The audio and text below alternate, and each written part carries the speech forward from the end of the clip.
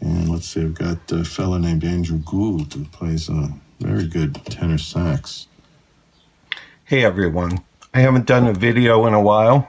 Have had a family tragedy and kind of working through that right now, but I thought it was time to make a video showing this new to me bedroom system. And guys, when I tell you what I've paid to put together this system, which is mostly Technics, Panasonic components, and Yamaha speakers, well, I'm going to show you you can cobble together a great little system very inexpensively. The latest addition to this system is this Panasonic CD player. Now, I used to sell audio gear in the late 80s and early 90s, and I remember when this machine came out, it was very controversial. I think it retailed for maybe between 50 and 60 bucks.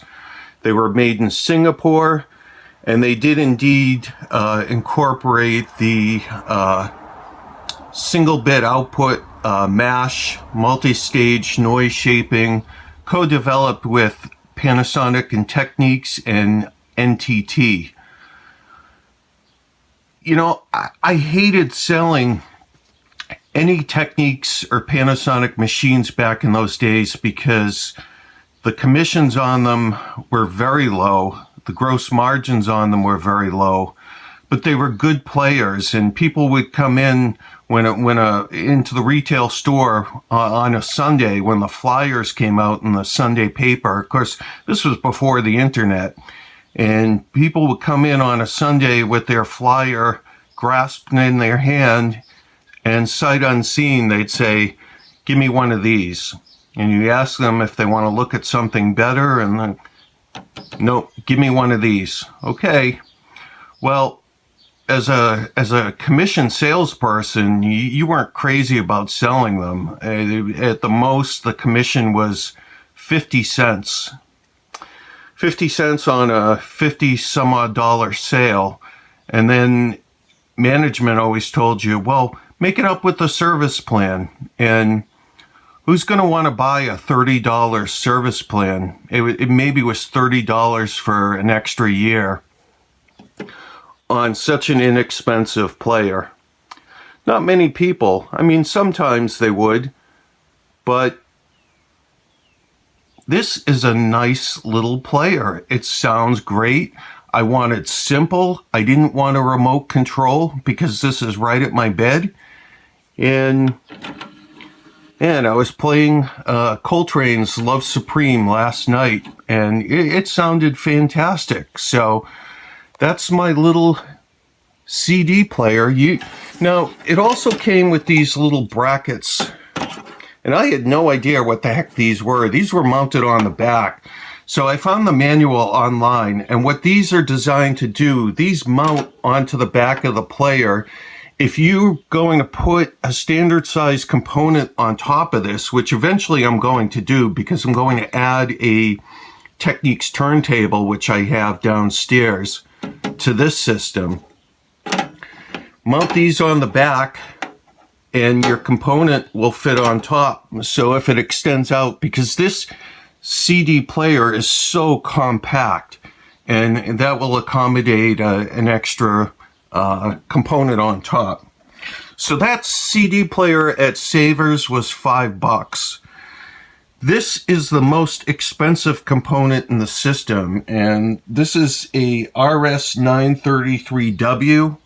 I got this out thrifting a while ago, and I paid $9 for it.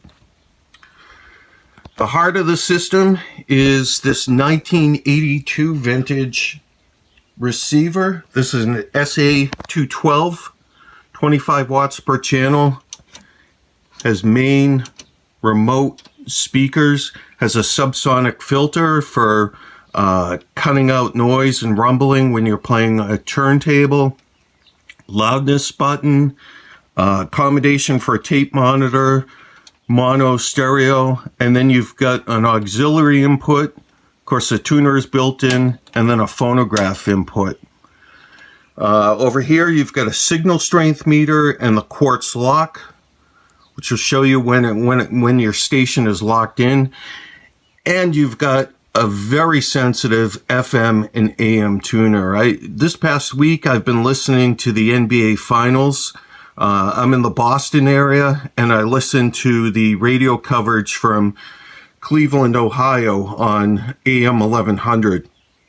Came in like a local station. So, and the quartz lock remained lit, and I had full signal strength. So it's a fantastic receiver. I'll show you the back of this unit next. So here's the back of the SA212, and you can see this is very uncommon. The pivot for the AM antenna is intact. The original Technics AM loop antenna, highly directional, very sensitive. And then, of course, you've got external inputs for FM, which I'm just using some speaker wire as a dipole. And then you've got these crazy connections for speakers. Once you put it in, you twist it to the right, and then your wire locks in. So the most interesting feature in the back is this little secret door right here. And amazingly, when I picked up this receiver, there were no batteries in there, and there was no corrosion. So I put in fresh batteries. What this is to do is to store your presets. You have 6 FM and 6 AM presets. And if you unplug this thing or you move it somewhere, those are designed to keep those stored in memory. But my understanding is on a lot of these compartments, people leave the batteries in for years or decades, and you get corrosion and exploding batteries. But this was clean as a whistle, so I put a couple of Harbor Freight batteries in there. I'm really not going to stress out about battery corrosion or exploding batteries. It's fine. So next I'll show you the speakers. So these are what I have hooked into my remote jack, and these are Yamaha NSA 528s, which I got at Savers for $9 for the pair. Two-way speakers. You can see my, for those who stress out about woofer surrounds, there's no rot, no foam rot.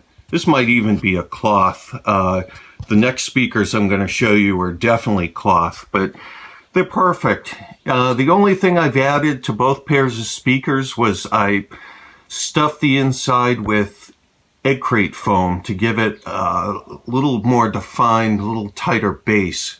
And that seemed to work out really nice. If you're looking for bass out of these speakers, well, it is what it is.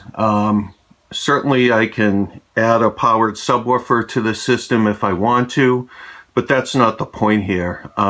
These speakers, soundstage and image, absolutely incredible. I would say below it, these are the Yamaha NSA 635As. These are three-way acoustic suspension speakers. Again, no reason to refoam these. I believe this is a cloth construction.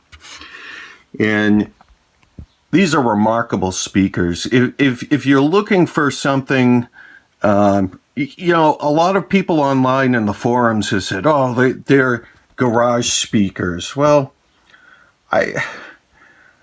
first of all, I don't have a garage.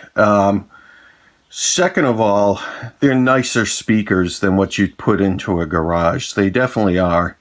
I think my flash just went off here, but you can see, I believe both pairs of speakers were actually made in the United States, and I'm guessing these are maybe 1990s vintage. I saw another video online. Yamaha still makes this configuration in the three-way design, which sells for about 150 bucks for a pair.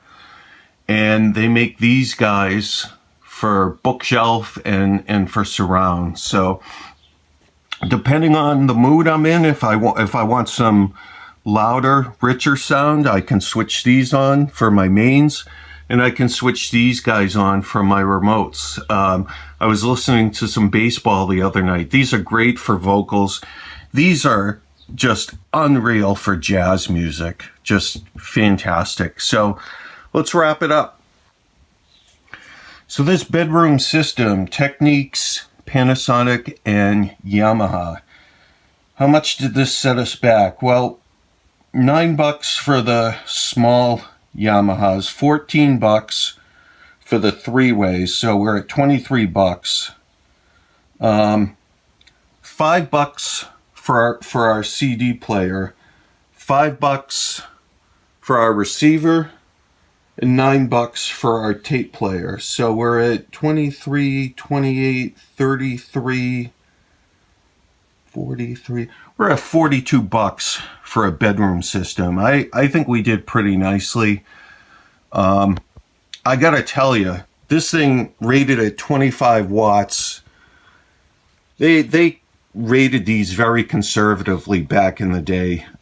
This thing can absolutely blow me out of the bedroom and not distort one bit. These speakers are very efficient. I think their efficiency is rated at about 90 dB.